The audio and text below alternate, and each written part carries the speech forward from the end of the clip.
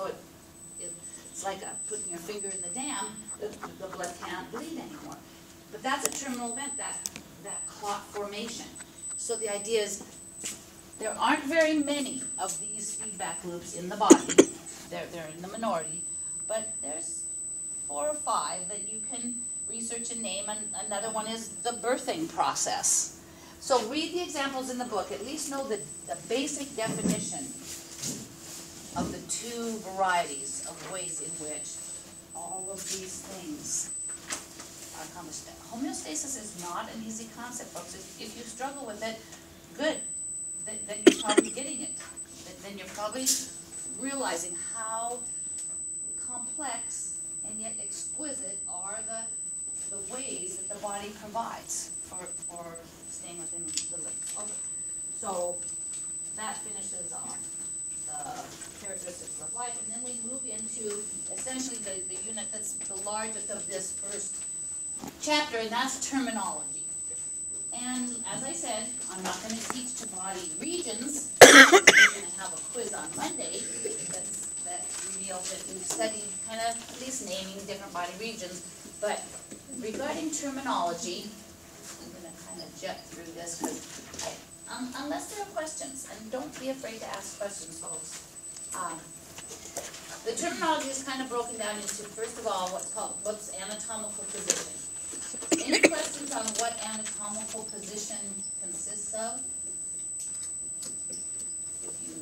If you see it in the notes, okay? Am I in anatomical position? Ooh. No. Put me in anatomical position. You need the head facing forward. So I need to have my head. Lower your arms. And these aren't my arms, folks. Your upper extremities. Because you're studying your body regions, you know that the arm only goes from shoulder to elbow. That's the brachium. What's this part?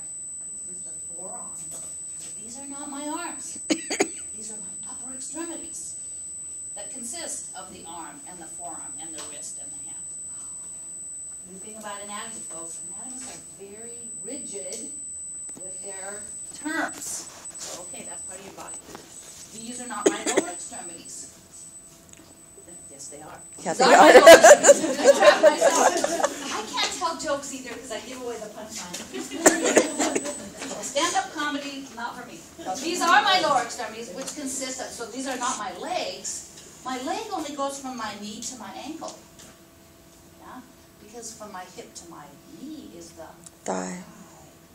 So like I say, at your parties and whatever with your friends, you're going to talk about your arms and your legs. But anatomically, not. And if you're going into a profession where that's, it's considered that you're up on your anatomical terminology, you have to sit down.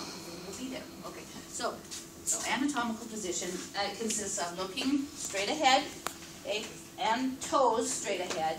And also, if you want to include palms of hands are straight ahead. But we'll get to about the thumbs being rotated. And upper extremities are comfortably down at the sides.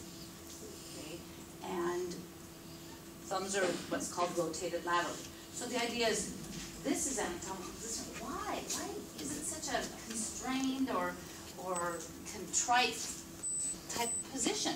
Because first of all, dead people can't get into anatomical position. Because if you're dead, can you laterally rotate your thumbs? No. So you think, well, why do they do that?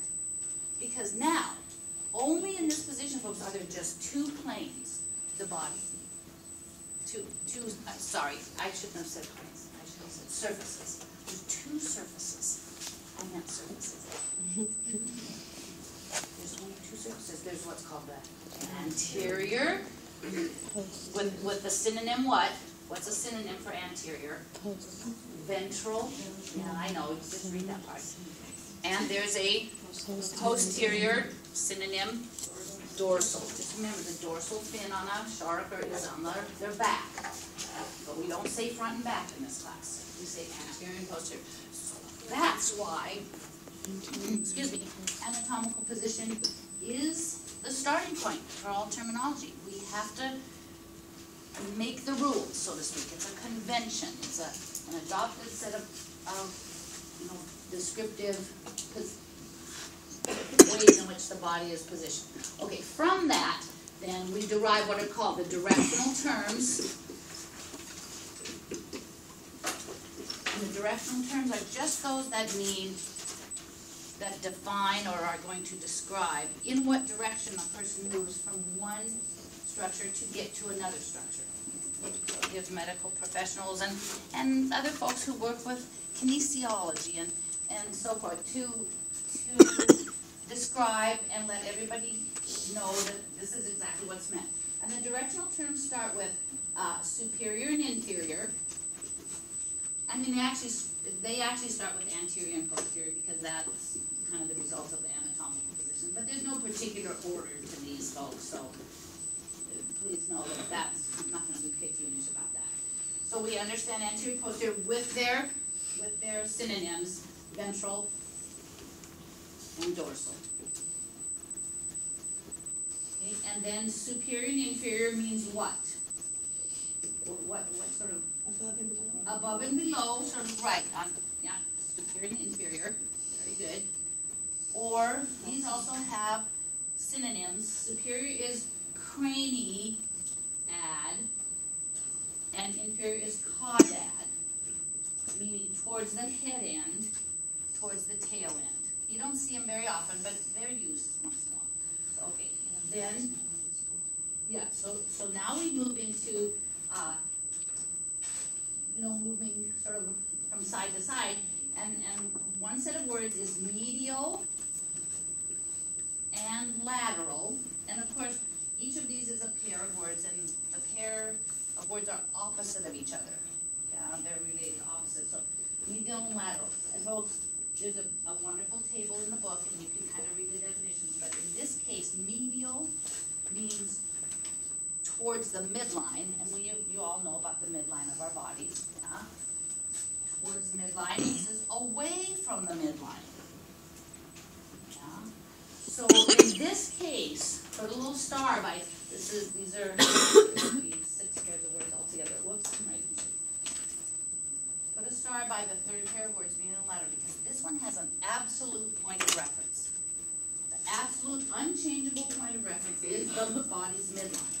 That imaginary line that does have external manifestation in the body that's dropped exactly where an equal has on either side of that midline. The next group of words, the next pair is that I list is proximal and distal. And in this case, there is no absolute point of reference. Yeah, it changes. So, for example, what these mean is proximal means closer to the origin of a structure. Yeah. Make yourself come to terms with that description. And distal, of course, is the opposite, meaning farther away from the origin of a structure. So, for my upper extremity, the shoulder is the point of origin, essentially, for this entire thing called my upper extremity, because that's where it's attached to the trunk. So if we were to look at the bones of the arm, this one in the arm is called the bones of the upper extremity. The bone of the arm is called the humerus. Okay? There are 2 bones in the forearm called the radius and the ulna. If I were to break my humerus close up towards the shoulder, it would be described as a proximal fracture of the humerus. If I were to break it closer to the elbow, that would be described as a distal fracture of the humerus. So between the humerus and the radius and ulna of the forearm, there's this joint called the elbow.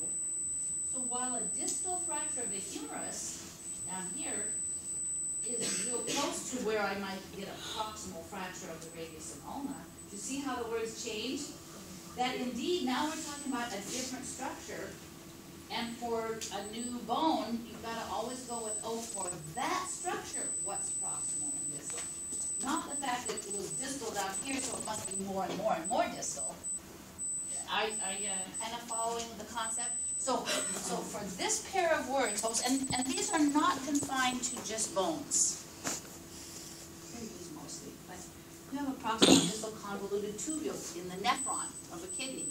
You have proximal and distal sort of blood vessels and so on. So learn the definition well, and then as we start practicing it more and more, it'll become very much more friendly to you. So the next set of words is superficial and deep, which of course have to do with our body surface. The most superficial structure we have is the skin, the cutaneous membrane, and the deepest structures are all those deep inside of us: our heart, our liver, our spleen, our brain.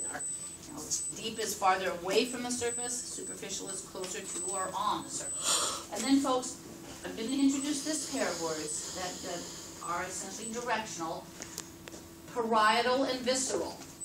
Parietal and visceral, where this pair of words didn't make the table that you'll see supporting this, but parietal means pertaining to the wall of a cavity, pertaining to the wall of a cavity, and visceral means pertaining to the organ contained within that cavity. Pertaining to organ, I should write the word pertaining, organ contained in cavity. And I won't go on and on about that right now, but I want you to have those in your list early on, and for those of you who are going to kind of do some searching, you'll jump ahead, and we're going to see that for certain of the